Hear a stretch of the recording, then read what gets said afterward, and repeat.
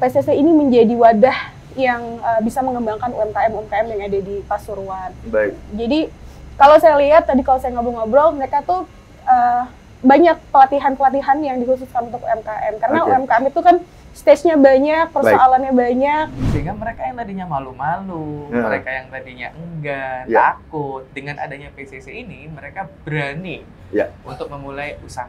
Kami memang berharap dari HIPMI program PCC ini bukan sekedar wacana belaka ya. Baik. Kami berharap memang program ini bisa jadi aksi nyata dari pemerintah Kabupaten Pasuruan. Baik. Yang kemudian bisa melahirkan lingkungan yang mendukung pengusaha muda ini untuk naik kelas.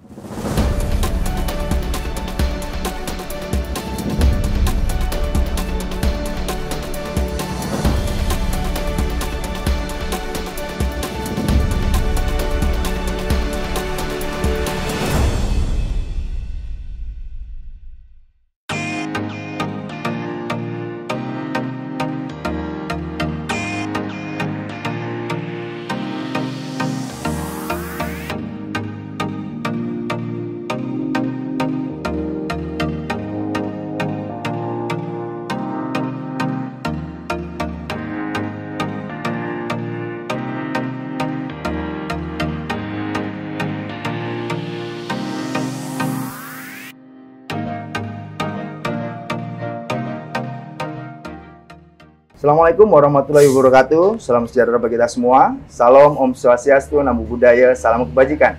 Jumpa lagi bersama saya Randy Niko Ramanda di podcast Jawara, Jagongan Wakil Rakyat DPRD Pasuruan. UMKM dan IKM selama ini dikenal sebagai tulang punggung perekonomian di Kabupaten Pasuruan. Lebih dari 60% roda ekonomi masyarakat berputar melalui sektor ini. Pada era sebelumnya, pelaku UMKM seolah berjalan sendiri. Namun kini, di era Mas Bupati Rusdi dan Wakil Bupati Gusobi, muncul terobosan baru, yakni Pasuruan Coaching Creativity. Harapannya, UMKM tidak berjalan sendiri, namun bisa tumbuh bersama, naik kelas, dan mampu menembus pasar nasional dan internasional. Melalui podcast Jawara ini, tentu Tribuners ingin mendengar kesan dari wakil rakyat, HIPMI, dan pelaku UMKM. Sudah bersama saya, Wakil Ketua DPRD Kabupaten Pasuruan, Mbak Adinda Denisa, dan Bendahara BPC HIPMI Kabupaten Pasuruan, Ibu Gusnul Khotimah, dan pelaku UMKM sekaligus Kabid OKK BPC HIPMI Kabupaten Pasuruan, Mas Ardi Winda Kusuma Putra. Langsung saja kita sapa mereka. Selamat siang, Mbak, Mas. Ya. Baik ya, sehat ya? Alhamdulillah. Baik. Sebelum ke Mbak Denisa dan Bu Husnul Khotimah, saya pengen mendengar cerita dari Mas Ardi Winda sebagai pelaku UMKM ya. Selama ini pengalamannya ketika menjalankan usaha tanpa dukungan pemerintah itu seperti apa, Mas? Iya, memang ya penuh dengan tantangan ya. Oke. Penuh dengan tantangan, penuh dengan gejolak. Artinya memang secara mendasar kalau bicara pelaku usaha itu kan inisiasinya sebenarnya dari kebutuhan pribadi. Baik. Dari keinginan pribadi. Baik. Untuk kemudian kita kembangkan yang mana orientasi awalnya adalah ya kesejahteraan hidup atau menjadi hidup yang lebih baik. Oke. Nah, tentu dalam perjalanan membangun sebuah usaha, terutama saya, itu pada awalnya memang berangkat dari kemandirian. Baik. Nah, dulu itu kalau mungkin bisa sedikit cerita perjalanan usahanya itu kan memang basicnya adalah F&B dulu itu. F&B ya? Food and beverage ya? Food and beverage. Kebetulan waktu itu awalnya adalah di Bangil kalau di Bangil, Mas ya? Ya. Apa itu Mas produknya kalau boleh tahu? Kalau dulu kebab atau kalau dulu itu kan berangkatnya adalah coffee shop, terus kemudian kita buka kedai, angkringan, itu di Bangil. Dan memang dulu awal-awalnya adalah ya bukan hanya cemilan ya, tapi juga ada main course-nya dulu tuh sempat juga jualan soto kayak gitu. Karena dulu pikirnya itu di Pasuruan ini mana sih ada warung soto yang kelihatan modern, gimana gitu, yang nyaman orang, bersih gitu ya, yang bersih, yang enak gitu kan, dulu nggak ada. Tapi ya apa daya, kadang-kadang ekspektasi itu tak seindah realita. Begitu dieksekusi, ya ternyata pada akhirnya memang nggak berjalan dengan mulus, sehingga itu sampai dinamikanya ya penuh dengan tantangan. Bahkan ekspansi saya adalah juga sempat untuk membuat keripik pada waktu itu. Buat keripik untuk bagian dari variasi produk dari kedai itu. Dan alhamdulillah memang sebenarnya di Kabupaten Pasuruan pada waktu itu juga dibantu, kalau nggak salah saya sempat ke Dinas Perindustrian dan Perdagangan kaitannya untuk pengurusan PRT pada waktu itu.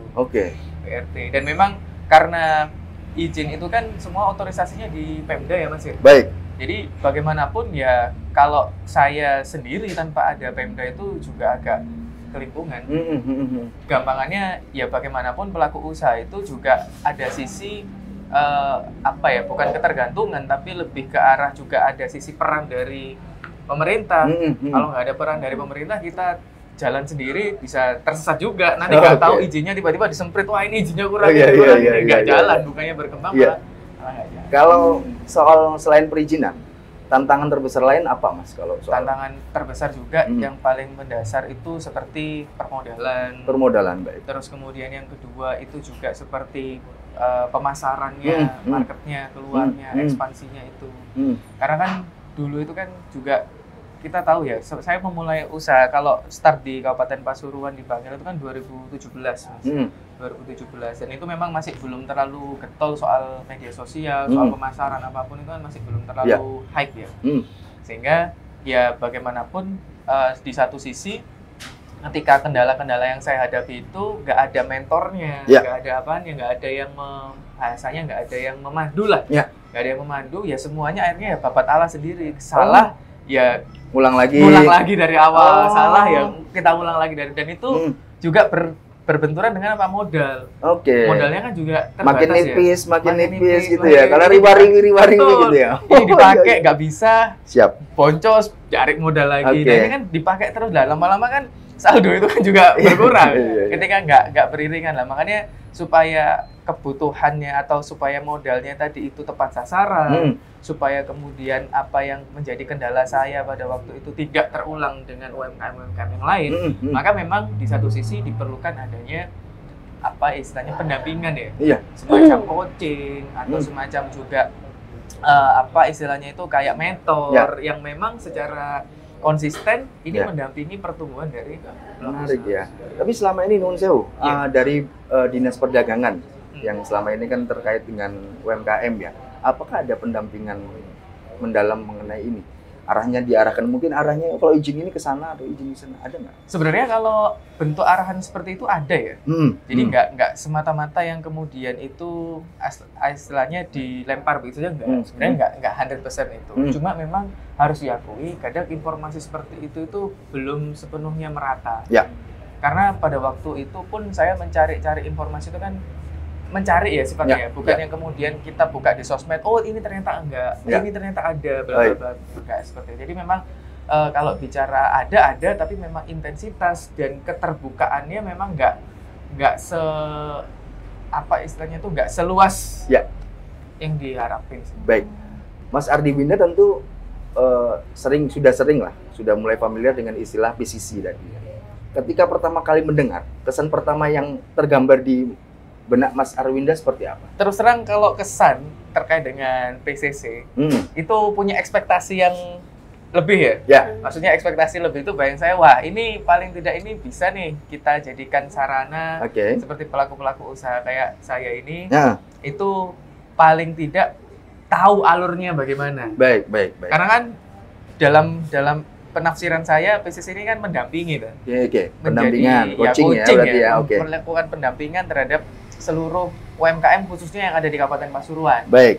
Nah, artinya kan tidak ada limitasi, tidak ada batasan. Semua UMKM dalam semua jenjang mulai dari yang tingkat yang terkecil sendiri sampai yang kemudian middle, itu yang semuanya bisa terhimpun di sana. Artinya melalui PCC ini ekspektasi saya adalah, oh ini enak nih bisa dimanfaatin oleh semua orang. Bisa dong kemudian orang-orang itu nggak akan tersesat, orang-orang akan lebih tahu jalannya gimana, lebih bisa diproyeksikan medannya bagaimana. Betul. Terlebih ketika saya mengetahui kalau misalnya PCC ini inisiatornya adalah pemerintah. Artinya kan ada harapan bahwa pemerintah ini otorisasinya nih. Oke. Ketika sudah ada langsung di bawah kendali yang punya kewenangan, ibaratnya kan orang-orang pelaku usaha ini jadi lebih safe ya. Mereka itu kan lebih tenang, lebih kalem, lebih percaya diri gitu kan. Kalau misalnya bukan pemerintah, kadang-kadang kan masih ragu ya. Emang iya bisa. Bener nggak ini? Bener gitu nggak ya, kan kayak gitu ya? Legal nggak ini? Legal kan gitu kan? ya? Benar. Belum lagi nanti ekspektasi orang-orang pasti kan kalau udah pemerintah nih, ekspektasi saya adalah nggak ada biaya. Oke. Ekspektasinya tentunya. Artinya kan beberapa pasti ada yang ditanggung oleh pemerintah daerah. Beda kan kalau misalnya non pemerintah mungkin masih ada biaya-biaya yang lain. Tapi tentu kan ekspektasinya seperti itu. Ya secara prinsip adalah pengembangan baik itu grade-nya bisa ke nasional ataupun scale up sampai ke tingkat internasional. Baik. Kalau sesuai gambaran Mas Arwinda tadi kan sering bolak-balik riwa-riwi ngurus perizinan. Nah, harapannya PCC ini apakah jadi solusi? Cukup satu pintu atau bahkan satu aplikasi saja, login, kita memenuhi semua syarat, ketika kemudian semua terpenuhi, perizinan keluar. Atau seperti itu, oke nggak menurut Mas Arwinda? Kalau bicara soal layanan perizinan, sebenarnya sekarang itu sudah sepengalaman saya memang sudah terakomodasi. Ya, artinya kan semenjak ada DPMP-TSP, itu kan sebenarnya sudah terakomodasi. Tetapi memang kalau PCC ini kan sifatnya kan spesifik, khusus. Sehingga ketika ada ekspektasi, ketika ada, ini mau buka F&B nih, apa sih yang diperlukan dari sisi legalitasnya perizinannya itu apa aja sih? Kalau misalnya mau scale up, mau sustain, itu apa aja sih? Mau buka F&B, terus mau buka misalnya ini retail apa aja sih? Jadi di situ tuh udah langsung ada pendampingannya clear gitu.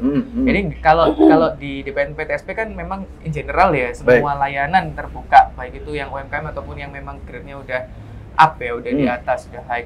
Nah sehingga memang harapannya walaupun tidak harus melalui aplikasi, misalnya di situ memang ada booth yang memang khusus untuk melayani atau mendampingi ini, jadi lebih jelas dan lebih terarah. Nggak harus ya, dalam artian nggak harus aplikasi kayaknya kan.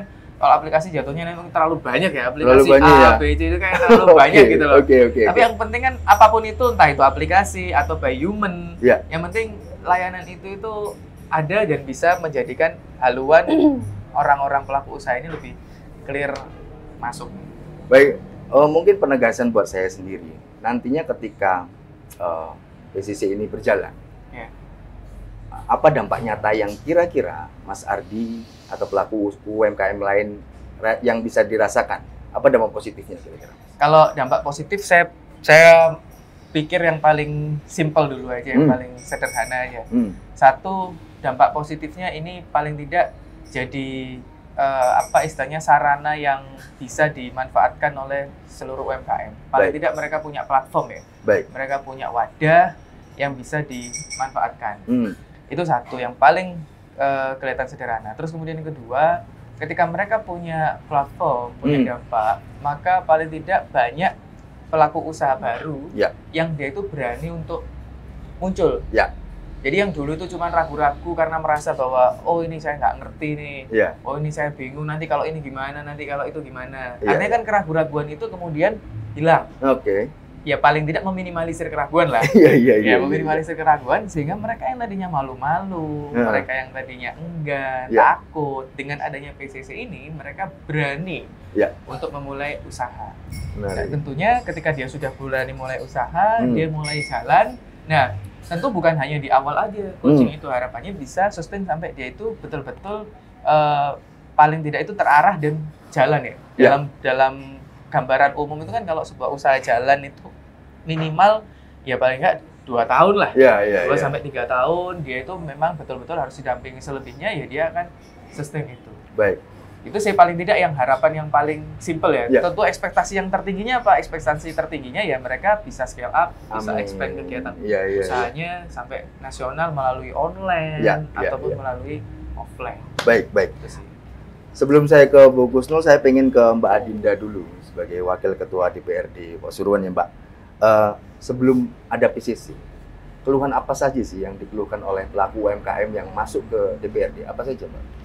Jadi kalau terkait keluhan atau curahan hati mungkin ya dari warga masyarakat, saya coba recall nih. Jadi memang ketika saya sering ke lapangan turun gitu, saya sering dengar cerita-cerita dari warga, khususnya para pelaku usaha, sebenarnya keluhannya itu bervariasi, tergantung dari stage-nya usahanya masing-masing. Jadi kalau misalkan usahanya itu ada di stage yang masih ideation gitu, biasanya mereka menyampaikan tentang, tentunya itu yang paling saya dengar, permodalan.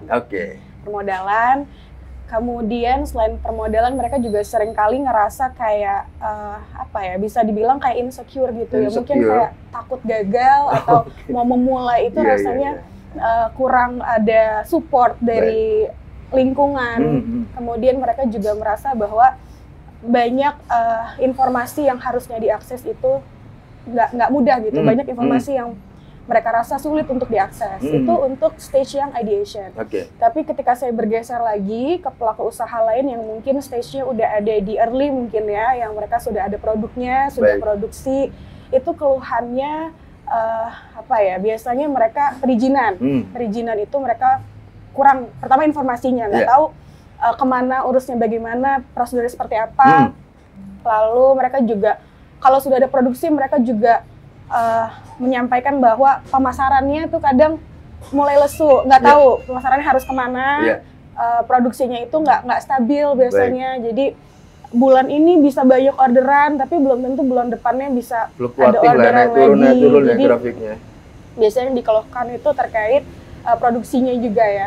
Lalu setelah itu, kalau mereka udah ada di stage yang setelah early stage ya, sudah growing, itu biasanya mereka tuh curhat kayak, gimana ya kira-kira saya bisa memasarkan lebih baik lagi, gimana saya bisa branding, strateginya, memanajemen SDM yang ada. Itu jadi keluhannya itu sangat bervariasi. Jadi nggak sama. Jadi kalau saya ingat-ingat lagi, ternyata banyak juga ya, banyak juga curahan hati dari pelaku usaha. Apalagi kondisi perekonomian kayak gini ya, Mbak, yang makin banyak itu. Tapi saya seneng dengarnya, ternyata banyak yang concern, berarti banyak yang punya ketertarikan di dunia entrepreneurship. Justru saya seneng gitu, Mas. Tapi solusinya mungkin dari Mbak Adinda saat itu jawabannya apa?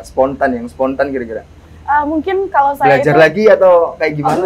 Enggak belajar lagi. Ke BRI untuk permodalan tadi maksudnya? Iya, karena saya paham ya. Saya betul-betul paham ya, memang nggak susah, emang nggak mudah gitu, emang beneran susah. Jadi apalagi karakter yang mengeluhkan, karakter yang curhat itu beda-beda, Mas. Ada yang dari desa, ada yang dari dusun. Nggak mungkin jawaban saya tuh sama rata semua. Nggak mungkin lah jawabannya yang sama. Karena kan mereka punya problemnya masing-masing. Jadi mungkin kalau yang terkait perizinan, pasti saya arahkan ke hal-hal yang misalkan kayak mau NIB, itu ada layanannya dari pemerintah kabupaten. Atau mungkin kalau terkait SDM, ya saya kasih tahu kali ya, kan dulu saya pernah kuliah entrepreneur, jadi saya kasih mantap sekali. Bukan menggurui juga, cuma kasih kayak tips-tips mungkin ya seperti itu. Kemudian manajemen manajemen SDM, branding itu kan digitalisasi. Mungkin saya dari tahu lah ya dikit-dikit pernah belajar tentang bagaimana kita memasarkan produk kita secara digital di social media, di marketplace gitu. Mungkin ya pengetahuan basic aja sih seperti itu. Sesuai yang Mbak Dinda tahu, kebijakan dari pemerintah sebelumnya soal UMKM dan IKM dengan Mas Rusdi dan Gus Sobi seperti apa Mbak yang membedakan? Kalau saya mungkin nggak bisa terlalu banyak membanding-bandingkan dengan pemerintah sebelumnya ya. Tapi kalau saya lihat Mas Rusdi sama Gus Sobi ini, mereka itu banyak kebijakannya itu benar-benar dekat dengan persoalan yang ada di lapangan. Karena mereka memang mungkin udah lama kali ya Mas. Mas Rusdi, Gus Sobi itu FYI mereka bukan baru, maksudnya mereka tuh udah lama di DPRD. Jadi kalau Gus Sobi itu udah dari, kalau nggak salah ya, udah dari 1997 itu udah pernah jadi anggota dewan. Pak Rusdi juga bukan 1 periode, 2 periode kayaknya ya. Nah, jadi saya rasa itu jadi modal yang cukup baik buat mereka, sehingga mereka bisa tahu persoalan yang real, yang nyata, yang ada di lapangan, sehingga banyak kebijakannya itu jadinya ngena dan lebih responsif gitu. Lalu kalau saya lihat lagi juga dari mereka berdua ini, selain pengalaman yang ada, mereka tuh cukup kompak dan solid ya, Mas Rusdi sama Gus Sobi itu. Jadi mereka tuh bisa membagi tugasnya dengan sangat baik ya kalau saya perhatikan. Lalu dari kekompakannya itu banyak akhirnya kebijakan itu apa namanya pace di pemerintahan tuh jadi ritmenya tuh saya lihat cepet gitu. Jadi kan sejalan karena ya solid ya mereka ya. Jadi di Lantik ini kan masih lumayan dibilang baru ya, belum setahun. Itu banyak ritmenya tuh kelihatannya cepet. Jadi ya bagus lah, ini menjadi salah satu angin segar buat kita semua. Apalagi ada PCC ya, PCC atau PCC nih. Iya, boleh. Tahu. PCC aja kali ya. Klinik gitu ya. Creativity, sorry. Oke. Lalu dari yang dijelaskan dari Mas Arwinda tadi kan, ada beberapa keinginan dari PCC yang ingin dimasukkan dalam layanan. Menurut Mbak Dinda, yang menjadi fundamental agar UMKM kita naik kelas itu seperti apa? Apakah digitalisasinya atau coachingnya atau seperti apa? Jadi PCC ini sebenarnya bukan bukan suatu sistem. Jadi PCC ini adalah a place, jadi tempat, ada gedungnya. Kemudian ada kegiatan. Jadi walaupun ini sebenarnya belum launching ya, cuma berdasarkan hasil diskusi, hasil saya tanya-tanya juga ke teman-teman dinas. Jadi PCC ini adalah suatu tempat, ada gedungnya, di mana di dalamnya itu menyediakan pelatihan-pelatihan, kemudian ada layanan-layanan juga buat nggak hanya untuk UMKM, tapi buat semua manusia yang ada di Kabupaten Pasuruan, semua masyarakat ya. Dari rentang usia yang muda juga bisa, yang sudah di atas pemuda juga bisa. Jadi banyak gitu layanannya, nggak hanya untuk UMKM, tapi mungkin memang yang menjadi salah satu layanan unggulannya, mereka itu berusaha untuk menciptakan PCC ini menjadi wadah yang bisa mengembangkan UMKM yang ada di Pasuruan. Baik. Jadi kalau saya lihat tadi kalau saya ngobrol-ngobrol, mereka tuh banyak pelatihan-pelatihan yang dikhususkan untuk UMKM, karena UMKM itu kan stage-nya banyak, persoalannya banyak, nggak bisa hanya pelatihan yang cuma satu kali mungkin ya, harus berkelanjutan. Mungkin ya itu sih. Baik. Mbak Dinda kan sebagai legislator, ketika ada wacana PCC ini, bentuk dukungan yang bisa DPRD lakukan agar terobosan nyata ini nggak sekedar angin lalu, akan seperti apa Mbak? Jadi kalau saya di DPRD, mungkin tugas saya lebih kayak ke pengawasan ya. Baik. Jadi kita tuh harus mengawasi kinerjanya secara real. Nantinya saya berharap nih PCC nggak hanya nama aja, nggak hanya nama program aja, tapi dari PCC ini kita juga harus melihat dan memerhatikan siapa aja sih yang terlibat ya, UMKM-nya, UMKM mana yang turut berpartisipasi di program ini. Kita juga harus lihat evaluasi per tahunnya seperti apa. Yang ikut UMKM itu harapannya kan mereka harus naik kelas. Jadi ketika naik kelas itu mereka juga harus punya adik kelas gitu ya. Jadi harus ada regenerasi Jadi nggak hanya naik kelas terus udah, harus ada adik-adik kelas barunya. Kemudian sebagai DPRD juga tentunya harus mendengarkan feedback dari masyarakat.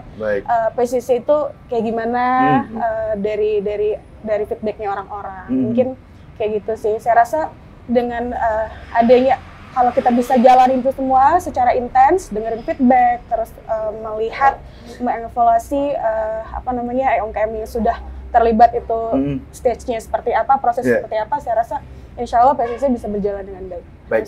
Kalau menurut Mbak Dinda sendiri, indikator keberhasilan suatu program, khususnya PCC ini, dalam 1 atau 2 tahun ke depan, apa yang paling penting? Menurut Mbak. Keberhasilannya ya. Mungkin setelah nanti PCC sudah berjalan, kita lihat dari partisipasi masyarakat dari PCC itu. Kita lihat berapa banyak UMKM yang ikut ikutan program PCC. Kemudian kita juga harus lihat omsetnya kali ya, omset UMKM yang udah masuk dari gitu berapa jadi berapa. Kemudian kita lihat juga mungkin dari berapa banyak pameran atau showcase yang menampilkan produk-produk Pasuruan.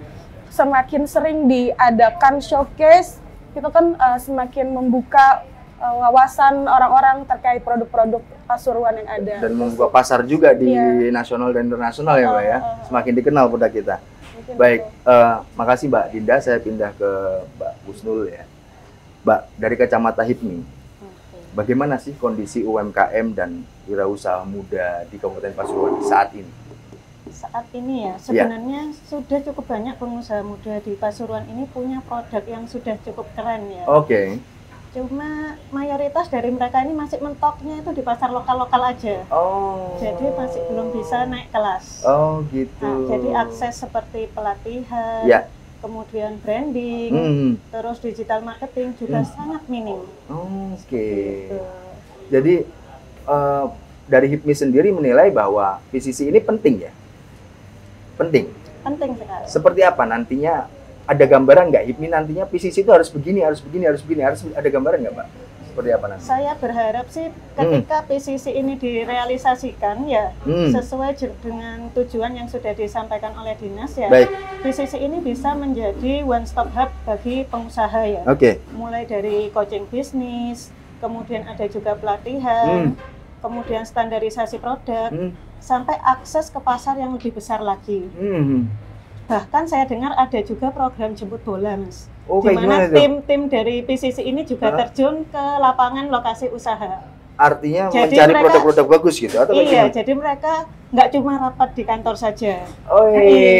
Jadi kami memang berharap dari HIPMI program PCC ini bukan sekedar wacana belaka ya. Baik. Kami berharap memang program ini bisa jadi aksi nyata dari pemerintah Kabupaten Pasuruan. Baik. Yang kemudian bisa melahirkan lingkungan yang mendukung pengusaha muda ini untuk naik kelas. Baik, kalau saya kutip sedikit, Ibu tadi kan ngomong lingkungan ya, artinya ekosistem. Ekosistem usaha kita apakah kurang bergaung atau kurang bagaimana nih pemerintah daerah untuk bisa mengenalkan produk-produknya, kayak gimana Pak? Menurut saya saat ini keterlibatan pemerintah ini masih kurang ya Mas ya, karena seperti yang disampaikan oleh Mas Ardi tadi, para pengusaha Pasuruan ini masih berjuang masing-masing. Jadi belum ada koordinasi yang bisa saling nguatin. Oh, ayo maju bareng gitu. Jadi selama ini HIPMI berperan sebagai tempat kumpul atau juga berusaha mengkolaborasikan atau kayak gimana, Mbak?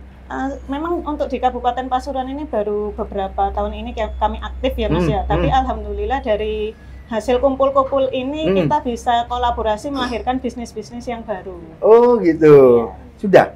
Alhamdulillah sudah. Contoh produknya seperti apa Mbak? Contoh usaha baru yang Mbak sebut tadi seperti apa? Contohnya itu yang baru aja launching itu ada kolaborasi dari anggota HIPMI sesama anggota melahirkan usaha join gitu ya, salon baru. Kemudian juga saya ada join juga dengan anggota HIPMI, kita melahirkan jasa S-Consulting. Jadi itu lembaga konsultasi keuangan dan pajak seperti itu. Oh gitu. Kalau dari tadi kan beberapa sudah di-spill Mas Windy ya, keinginannya nanti PCC seperti ini. Menurut HIPMI sendiri, yang fundamental nantinya untuk pelaku usaha itu seperti yang bagian mananya, Mbak? Yang paling fundamental itu menurut saya memang di program coaching ya, Mas. Coachingnya ya, pendampingan itu ya? Pendampingannya itu, karena pengusaha itu ya maju tidaknya usaha itu kan tergantung dari mentalnya pengusaha. Betul. Ya kan?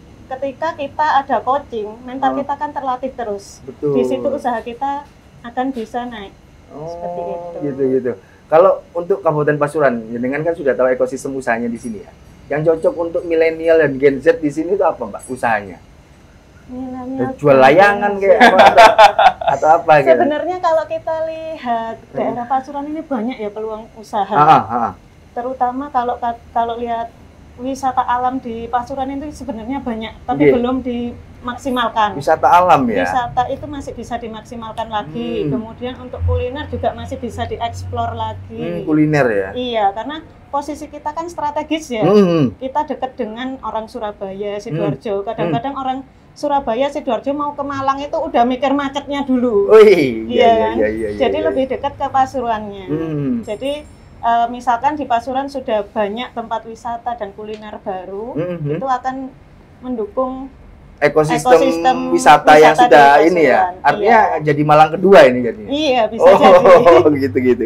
Kalau menurut pandangan HIPMI, tadi kan detailnya sudah disebut mulai wisata, kuliner. Untuk bisa mendatangkan atau menjadi penyumbang PAD, pemerintah daerah harus apa sih Mbak sebenarnya untuk Pasuruan sendiri?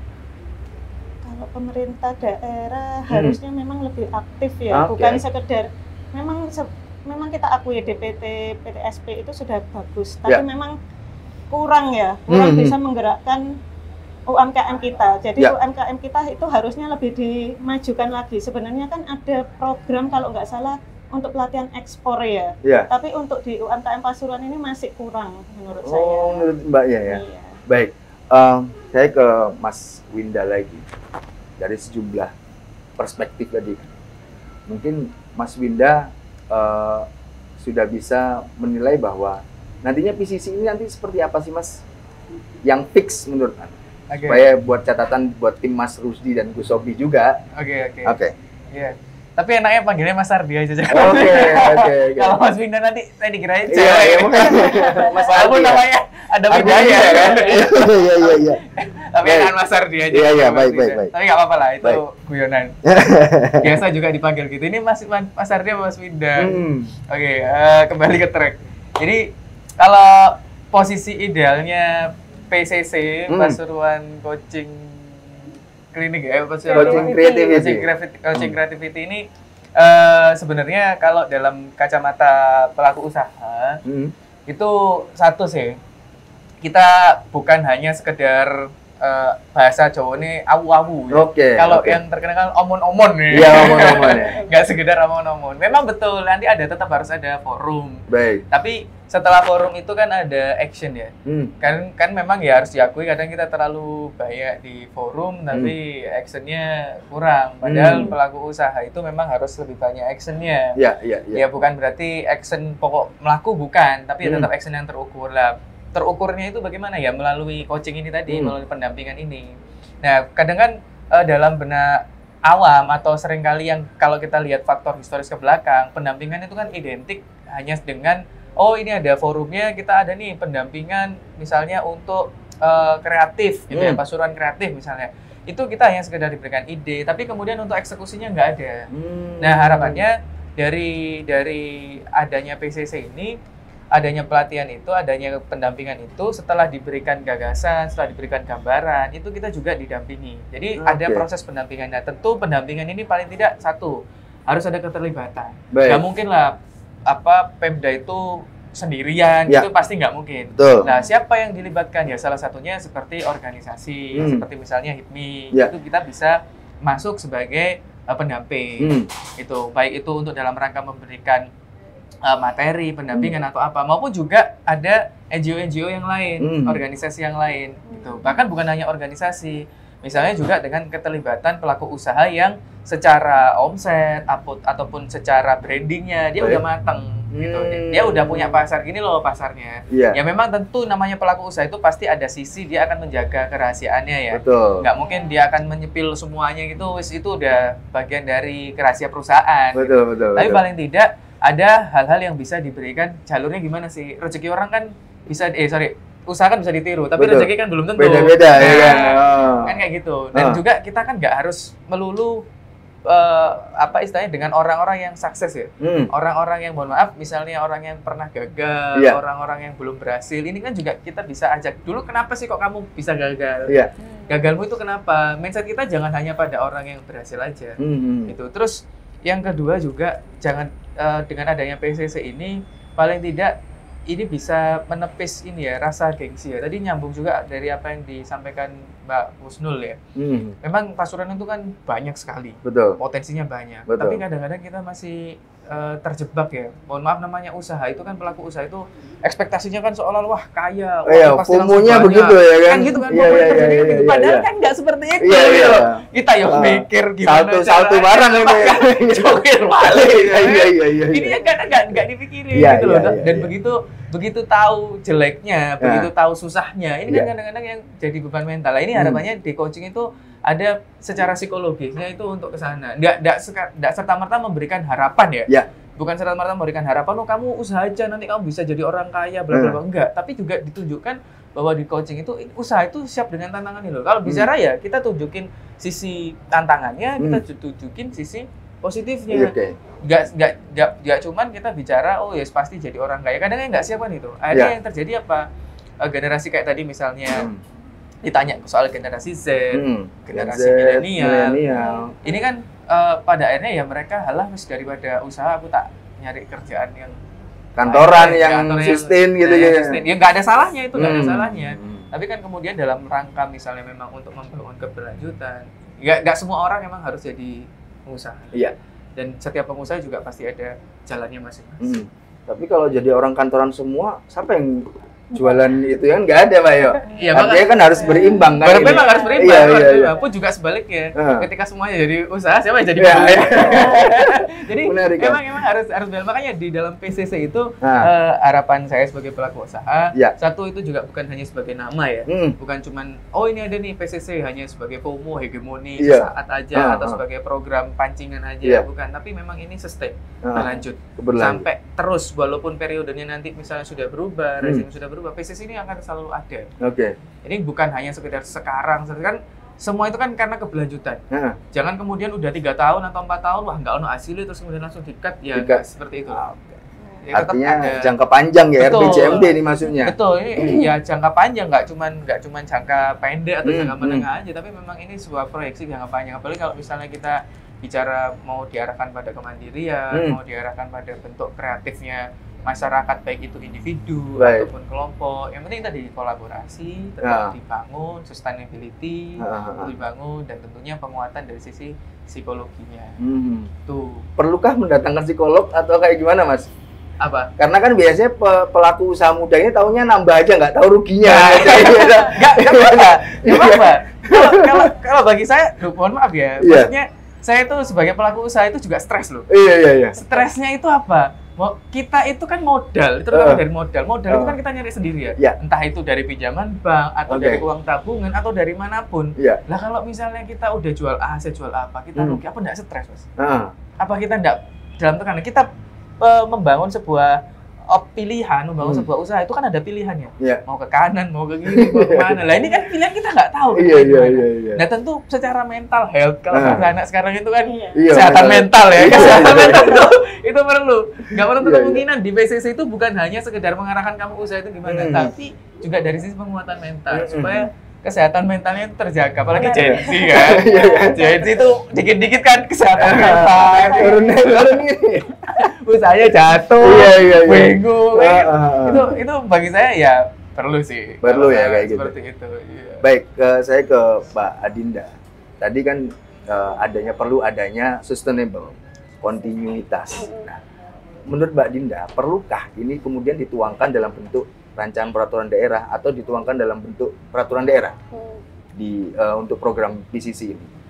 Saya rasa perlu ya. Jadi dengan adanya peraturan daerah yang membahas tentang PCC, nantinya akan lebih sistematis, akan ada tolak ukurnya seperti apa, kemudian kita untuk membahas lebih rinci juga lebih ada guidance-nya. Jadi saya berharap PCC ini bisa digodok lebih serius, sangat serius ya, karena saya punya harapan besar terhadap PCC. Saya tuh berharap ya PCC ini bukan jadi hanya program aja, tapi ini saya berharap bisa jadi tempat lahirnya UMKM yang luar biasa, tempat lahirnya produk-produk yang mungkin ada di Amerika, mungkin ya, ini harapan ya. Iya. Jadi saya berharap banyak sih dari PCC ini. Baik, terakhir saya ke HIPMI sebagai penutup. Bagaimana sih harapan HIPMI supaya program PCC ini ketika nanti dijalankan bisa berkelanjutan? Seperti apa, Mbak? Kami dari HIPMI sih berharap memang PCC ini menjadi sebuah rumah besar ya bagi pengusaha muda Pasuruan. Seperti yang dikatakan Mbak Dinda, tidak hanya melahirkan UMKM yang sukses, tapi terus menumbuhkan generasi wirausaha muda setiap tahunnya. Nah, kedepannya jika konsisten, PCC ini bisa jadi percontohan bagi wilayah lain dalam mengembangkan ekonomi kreatif dan wirausaha muda. Baik, sebelum saya tutup, saya pengen minta closing statement dari Mbak Dinda, Mas Ardi maupun Bu Husnul mengenai harapannya terhadap pelaku UMKM atau ekosistem UMKM Pasuruan ke depannya. Oke, jadi tentunya saya tuh pengen banget UMKM yang ada di Pasuruan itu bisa naik kelas. Jadi dengan adanya PCC, Pasuruan Coaching and Creativity ini bisa jadi titik temu yang tadi kita mungkin udah bahas ya. Kita perlu ekosistem yang sifatnya pentahelix ya. Kita bisa sama-sama gandeng mulai dari akademisi, kita bisa gandeng komunitas ya seperti HIPMI, kita bisa jalan bareng-bareng, kita juga bisa gandeng media untuk sama-sama mempromosikan produk-produk dari teman-teman UMKM yang ada di Pasuruan. Kita juga bisa gandengan bareng sama Pemkab ya. Saya rasa kalau udah ada ekosistem yang seperti ini, PCC ini bisa jadi titik temu, ini bisa jadi gebrakan yang nyata. Harapannya untuk para UMKM yang ada di Pasuruan. Jadi nantinya UMKM nggak jalan sendiri, ada akademisi, ada komunitas, ada pemerintah yang sama-sama akan mensupport semua perjalanan dari teman-teman UMKM. Ya, saya berharap banyak dan punya harapan yang sangat besar untuk PCC. Baik, terima kasih Mbak Wenda. Sekalian monggo Mas Ardi. Ya, kalau untuk UMKM, pelaku usaha, baik yang sifatnya individu ataupun kelompok, harapan saya ke depan akan terus sustain ya. Terus sustain, menjaga, dan juga melahirkan kreativitas baru. Nggak sekedar menjadi satu FOMO, tapi juga mampu melahirkan satu inovasi, kebaruan, dan memanfaatkan potensi yang ada di Kabupaten Pasuruan. Saya percaya pada generasi-generasi muda yang sekarang akan terus punya semangat untuk membangun kreativitas, membangun kesejahteraan, baik bagi lingkungan sekitar maupun juga bagi dirinya, yang mana itu berangkat dari kegiatan wirausaha. Dan dengan adanya PCC, harapan saya ke depan itu juga akan menjadi satu wadah konkret yang berkelanjutan dan akan selalu menjadi wadahnya masyarakat Kabupaten Pasuruan dan bisa terus berkembang sampai kapanpun. Baik, terima kasih Mas Ardi. Monggo Bu Husnul Khotimah mewakili HIPMI. Kalau dari saya singkat saja, semoga para UMKM di Pasuruan ini semuanya bisa naik kelas dan juga mengoptimalkan semua yang ada di Pasuruan. Baik, saya tutup ya Mbak Jin. Baik Tribuners, itu tadi bincang santai saya bersama Wakil Ketua DPRD Pasuruan dan sejumlah pelaku usaha dan dari HIPMI Kabupaten Pasuruan. Semoga bisa diambil hikmahnya. Sampai jumpa di podcast Jawara selanjutnya. Saya Randy Niko Ramanda, pamit. Assalamualaikum warahmatullahi wabarakatuh.